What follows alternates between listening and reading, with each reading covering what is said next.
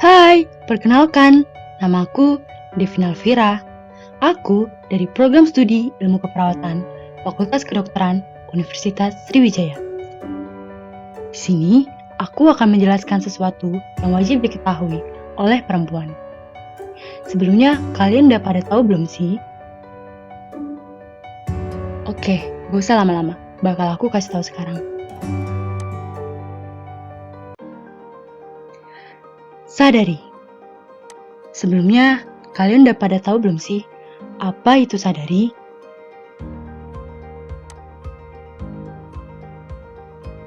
Oke, bakal aku jelasin. Sadari yaitu pemeriksaan payudara sendiri. Pemeriksaan ini bertujuan untuk mengetahui ada tidaknya kanker payudara pada wanita. Sadari dilakukan untuk mendeteksi terjadinya kanker dengan cara mengamati payudara dari depan, sisi kiri, sisi kanan, apakah ada benjolan atau tidak, perubahan warna kulit, puting bersisik, dan pengeluaran cairan atau nanah dan darah.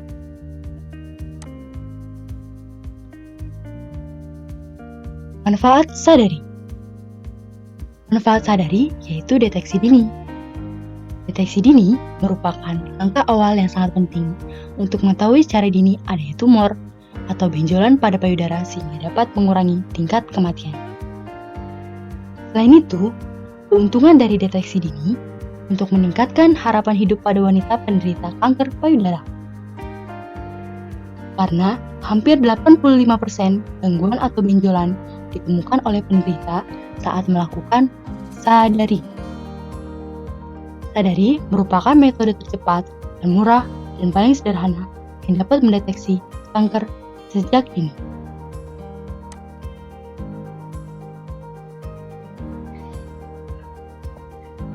Tujuan sadari. Tujuan sadari dibagi menjadi dua. Yang pertama, sadari dapat mendeteksi secara dini kanker payudara. Tapi, bukan untuk mencegah kanker payudara ya. Dengan adanya deteksi dini, maka kanker payudara dapat terdeteksi stadium awal, sehingga pengobatan diri dapat memperpanjang harapan hidup pasien penderita kanker. Yang kedua, menurunkan angka kematian penderita kanker payudara. Maksudnya gimana sih?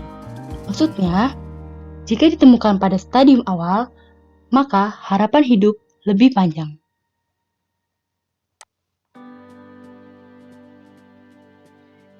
Kanker payudara. Sebelumnya, kalian udah pada tahu belum sih, apa itu kanker payudara? Oke, bakal aku jelasin.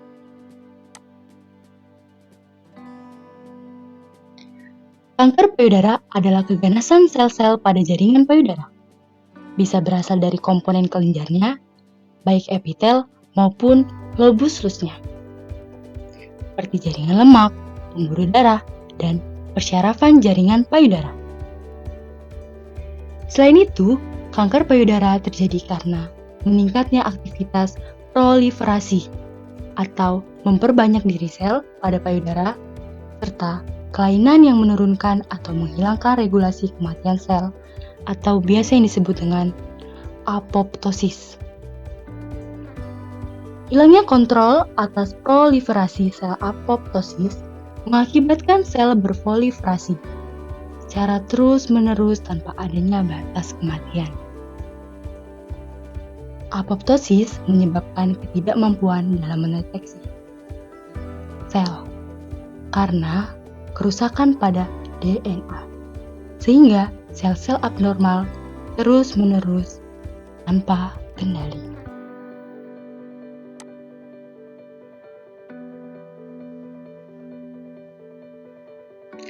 Selanjutnya ada gejala kanker payudara. Gejala kanker payudara itu sendiri sebenarnya berbeda-beda, tergantung keganasan sel kanker tersebut. Yang pertama, ada penurunan berat badan tidak sengaja dan signifikan. 2. Pertumbuhan rambut tidak normal. Yang ketiga, nyeri pada payudara.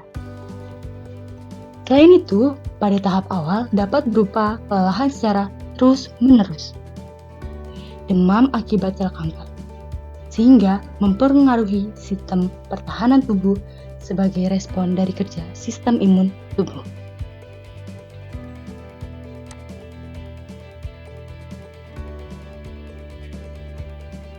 Faktor risiko kanker payudara.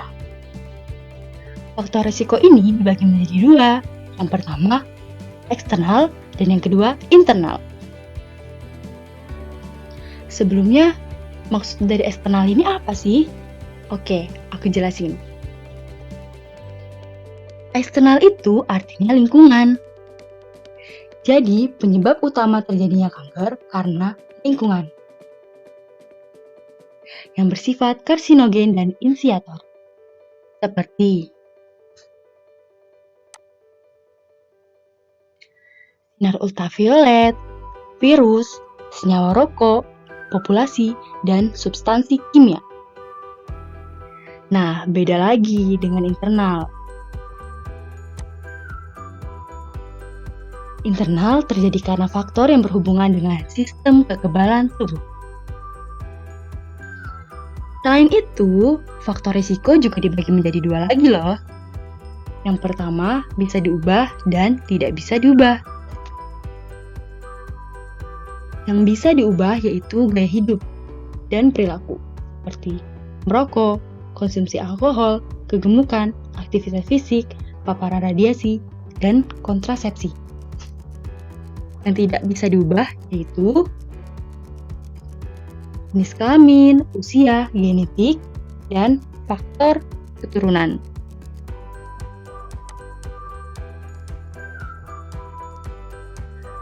Tentang kanker payudara. Pada tahun 2018, terjadi sekitar 674.693 kasus atau sekitar 25,5% di Asia. Karena disebabkan oleh kanker payudara. Kematian akibat kanker payudara sebesar 310.577 kasus atau sekitar 13,8%. Kanker payudara di Indonesia didapatkan kurang lebih 23.140 kasus baru setiap tahunnya, atau sekitar 200 juta populasi. Kanker payudara di Provinsi Riau cukup tinggi, yaitu 0,3%, atau sekitar 190.332 jiwa, dari 63.444.000 penduduk.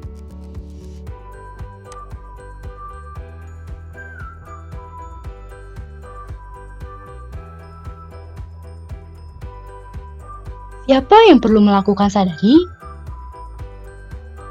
Pertama, wanita subur. 7-8 hari setelah menstruasi atau saat menstruasi.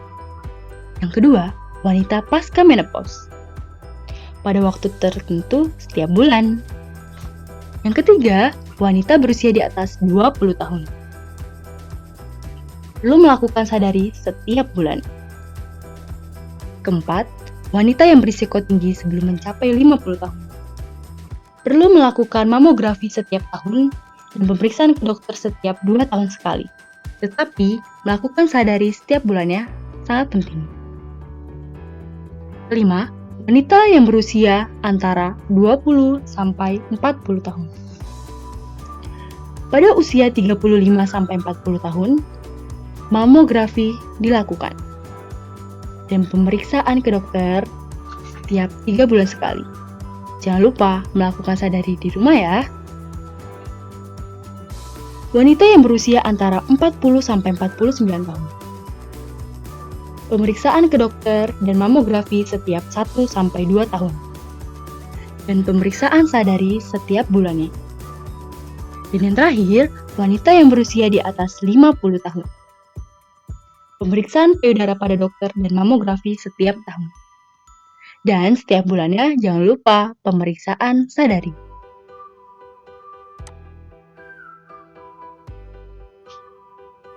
Bagaimana cara melakukan sadari? Oke, bakal aku kasih tahu.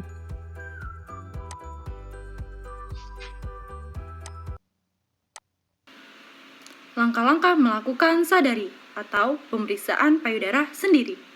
Langkah pertama, berdiri di depan cermin. Selanjutnya, angkat kedua tangan. Selanjutnya, periksa payudara. Apakah ada sesuatu yang tidak normal? Seperti bengkak, kemerahan, keluaran cairan pada puting susu, dan kulit mengelupas. Dua tahap tersebut dilakukan untuk memeriksa kontur payudara. Selanjutnya, langkah kedua. Langkah kedua ini, taruh tangan di pinggang. Selanjutnya, lakukan seperti langkah pertama. Dan lakukan juga, angkat kedua tangan, ditaruh di belakang kepala. Selanjutnya, lihatlah di lipatan-lipatan tangan tersebut. Apakah ada perubahan pada kontur payudara? Selanjutnya, langkah ketiga. Pada langkah ketiga ini, tekan payudara, lakukan dari atas ke bawah. Seperti pada gambar ya. Selanjutnya, rasakan apakah ada benjolan. Dan rasakan apakah ada perubahan pada kontur payudara. Selanjutnya, langkah keempat. Pada langkah keempat ini, tekan payudara, lakukan secara melingkar dan lambat, serta lembut. Tidak boleh tergesa-gesa dan tidak boleh kasar. Selanjutnya, rasakan apakah ada benjolan. Rasakan juga apakah ada sesuatu yang tidak lazim di bawah kulit.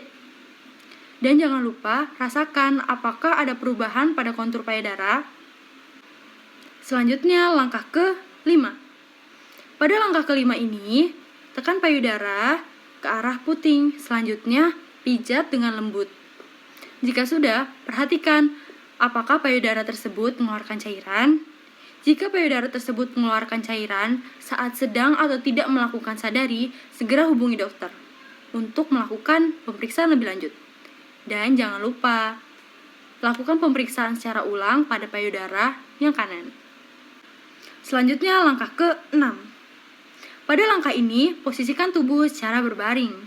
Selanjutnya, angkat satu tangan dan taruh di belakang kepala. Jika sudah, taruh bantal di belakang punggung, seperti pada gambar ya. Jika sudah, tekan payudara, lakukan pemijatan secara melingkar. Jika sudah, periksa apakah ada benjolan dan apakah ada perubahan kontur pada payudara.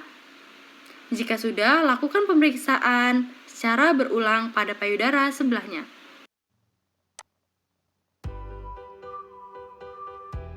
Itulah langkah-langkah dan penjelasan tentang sadari dan kanker payudara. Jangan pernah meremehkan dan yuk lakukan sadari.